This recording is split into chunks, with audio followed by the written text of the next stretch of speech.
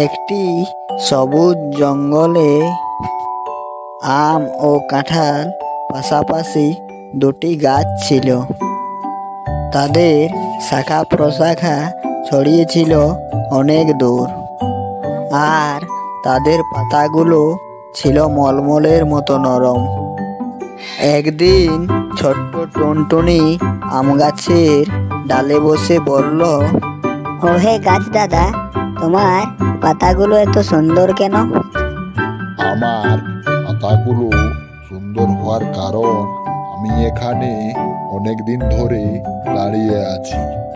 প্রকৃতি আমাকে তার স্নেহে বড় করেছে। কাঁঠাল গাছ গম্ভীর স্বরে বলল, তুই এখানে এসে সর্বপ্রথম আম গাছের সাথে আলাপ করলি, আমার কি কোনো মূল্য নেই নাকি? আরে না না কাঁঠাল গাছ দাদা, তোমার পাতাগুলো অনেক সুন্দর, তবে তোমার ফলগুলো অনেক বড়। যদি একটা খেতে দাও তাহলে খুব ভালো হয়। আরে কাঁঠাল খেতে গেলে অনেক শক্তি দরকার।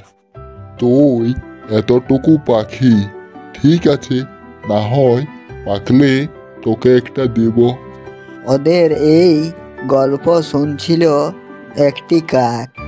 কাক গল্প শুনে মুখ বাঁকিয়ে বলল, হা হা হা, এই পুচকে টুনটুনি, তার আবার বন্ধু দুটো বিশাল গাছ, হা হা হা। কাক, তুমি আমাদের দেখে মজা পাচ্ছ না? একদিন তুমিও বুঝতে পারবে বন্ধু না থাকার গুরুত্ব। একদিন আকাশ মেঘে ডেকে গেল, শুরু হলো প্রবল বৃষ্টি। আবার এই বৃষ্টি শুরু হয়ে গেল, যাই গাছদের কাছে গিয়ে আশ্রয় নেই। হা হা, টুনটুনি, তোর যদি আমার মতো ঘন ডানা থাকতো তাহলে তোকে এভাবে গাছেদের কাছে আশ্রয় নিতে হতো না। এরকম হালকা বৃষ্টিতে আমার কিচ্ছু ক্ষতি করতে পারবে না। এইরকম টুকটাক বৃষ্টি আমার ডানার ভিতরে ঢুকতেই পারবে না।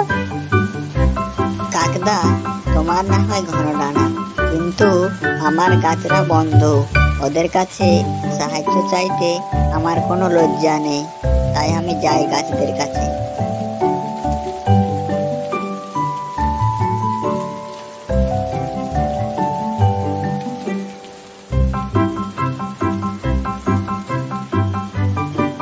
টুনটুনি, তুই ভয় করবি না, আমরা তোকে ভিজতে দেব না।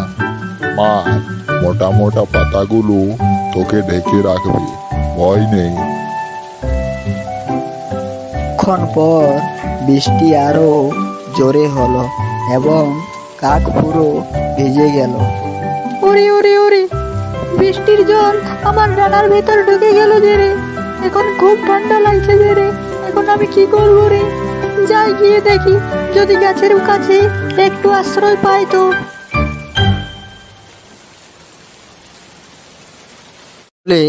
কাক গাছের কাছে গিয়ে বলল, গাছ ভাই, আমাকে একটু আশ্রয় দাও, বৃষ্টিতে আমি পুরো ভিজে গেছি, আমাকে খুব ঠান্ডা লাগছে, দয়া করে একটু আশ্রয় দাও।